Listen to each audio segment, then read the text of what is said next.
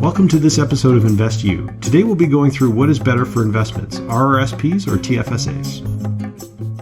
So Kate's kind of stuck. She knows there's benefits from RRSP perspective of getting money back in your tax return, and she knows there's benefits for TFSAs in terms of not having to pay tax when you withdraw from these accounts.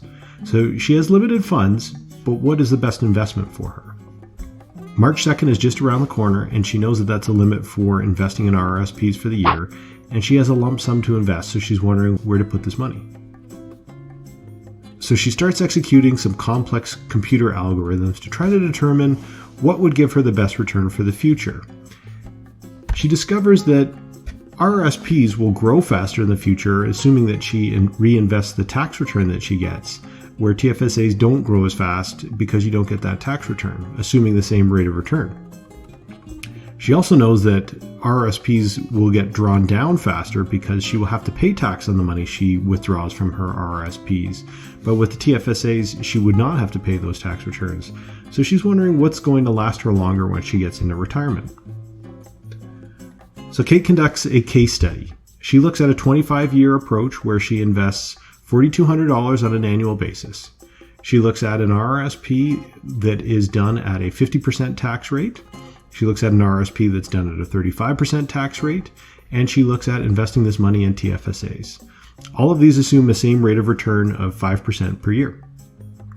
So as we can see, with the RRSP at 50% tax rate, assuming that we reinvest all of the money that we get back in our tax return, our nest egg grows to be the biggest. So that's $402,000 at a 25-year mark.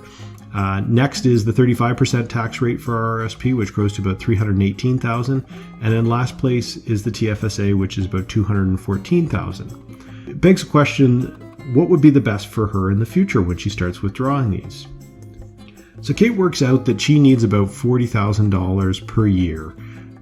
If she starts out with a 35% tax from an RRSP, after 5 years of withdrawing what she would need for $40,000 in cash in hand, which is about $62,000 she'd have to withdraw on an annual basis, after 5 years she's left with about $50,000.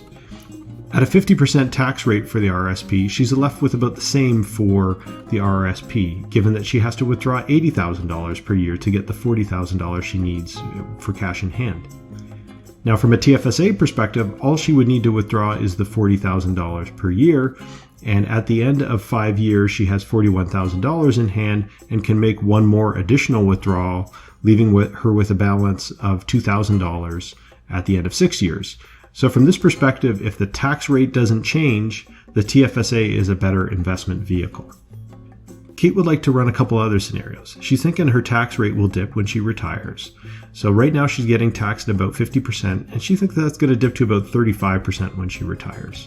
She also has heard that diversification is the key to success, so she's looking at potentially blending these investments and maybe putting some into RRSPs and reinvesting the returns, and some into TFSAs, and comparing that to the winner in the previous case, which was the TFSA route. She finds out from these calculations that if she is taxed at 50% now and can hold her tax limit to 35% for the future when she retires, she's going to have the biggest nest egg at the end of 6 years, which is close to about $100,000. When she takes a blended approach where she invests half of the $4,200 in RRSPs and half in TFSAs, she's left at the end with about $13,000 in the TFSA account, which is more than what she would have in just the TFSA account alone.